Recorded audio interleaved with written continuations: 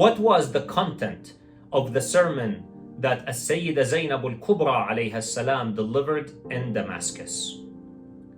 The sermon was delivered addressing Yazid ibn Muawiyah, and we can also say all the tyrants across history. She delivered the sermon in the presence of a massive audience of people from Sham, Damascus, who were brainwashed by the propaganda of Bani Umayyah. Her sermon may be divided in 7 parts.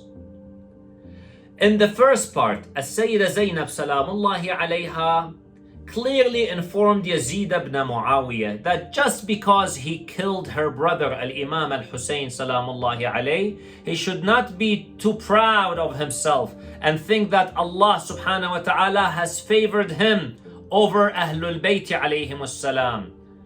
Rather, she reminded him of verse 178 of Surah Ali Imran, where Allah subhanahu wa ta'ala says that those individuals who are disbelievers, meaning they choose to not obey Allah subhanahu wa ta'ala, not submit to Allah subhanahu wa ta'ala, they choose to deny the truth. Such individuals, Allah subhanahu wa ta'ala, as a consequence of their own doing, let them do whatever they wish to do, increase in sin if they wish, and increase in deviation, for they would have a greater punishment awaiting for them in the hereafter and greater humiliation. In part 2 of the sermon, As-Sayyida Zaynab alayha salam exposes Yazid's barbaric treatment of the women and the children of Ahlul Bayt alayhim salam, the progeny of Rasulullah sallallahu alayhi wa alihi wa sallam, and taking them as prisoners from Karbala to Kufa and Kufa to Sham. In the third part of the sermon, As-Sayyida Zaynab salamullahi alayha exposes the ancestry of Yazid ibn Muawiyah. She mentions Hind, the grandmother of Yazid, and how she chewed the liver of Sayyid al-Shuhada at the time, Hamza, salamullahi alayh, the uncle of her father, and how his grandfather Abu Sufyan waged war after war and raised his sword wanting to kill Rasulullah sallallahu alayhi wa alihi, her grandfather and the grandfather of Al-Imam Al-Hussein salamullahi alayh.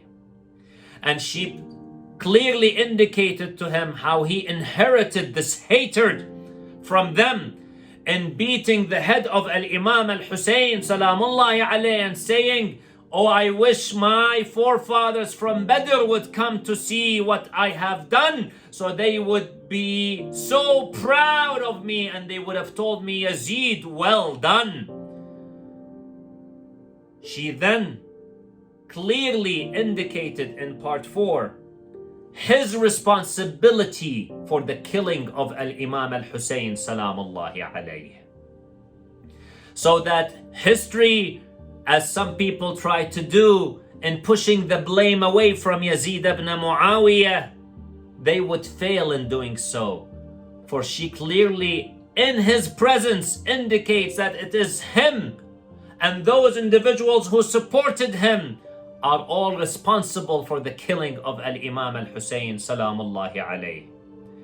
In part 5, she prays to Allah subhanahu wa ta'ala and says and asks him to punish Yazid ibn Muawiyah and reminds him of the severe punishment that is awaiting for him, as he is hoping for his grandfathers to come and see what he has done. She reminds him to await until the day of judgment, when he will join his grandfathers and forefathers in the hellfire.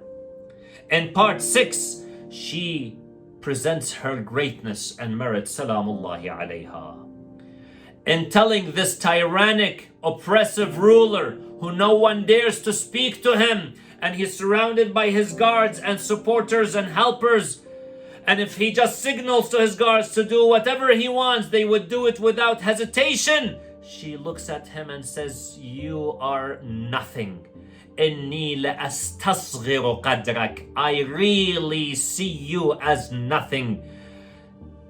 To speak to such a tyrant in such language is difficult for this tyrant.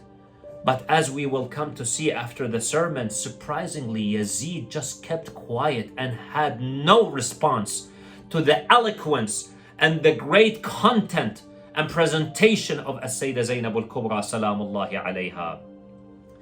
Finally, in part 7, Sayyidah Zaynab salamullahi alayha tells Yazid, you can plot and do whatever it is within your means. I swear by Allah subhanahu wa ta'ala, you will never stop people from remembering us Ahlul Bayt alayhim as-salam. Meaning you will never kill the revolution of Imam Hussein salamullahi alayhi, nor will you kill the revelation that was sent to our grandfather Rasulullah sallallahu alayhi wa alihi wa sallam. Through the martyrdom of Imam Hussein alayhi salam, the religion will remain alive. And that's what we say to the Imam salamullahi alayhi. I bear witness, أشهد أنك قد أقمت الصلاة. You established salat, وآتيت الزكاة, and you gave the zakat and the charity, وأمرت بالمعروف, and you enjoined good and forbid evil, ونهيت عن المنكر, and you obeyed Allah and His Messenger until the truth and certainty became upon you. وأطعت الله ورسوله حتى أتاك اليقين. I say salam upon you, O Sayyidah Zaynab, salamullahi alayki. Indeed, you are right. No one will extinguish the voice and the nur of Allah subhanahu wa ta'ala. As per the ayah of Allah subhanahu wa ta'ala in the Quran, when He says, and they wish to extinguish the light of Allah subhanahu wa ta'ala. But Allah does not allow but for His light to be completed, even if the disbelievers dislike that. And according to one interpretation, the nur of Allah is Muhammad wa ali Muhammad salawatullahi wa salamuhu alayhim ajma'een. They are the lights of Allah that will keep illuminating throughout history until the day of judgment, and throughout the centuries until the day of judgment.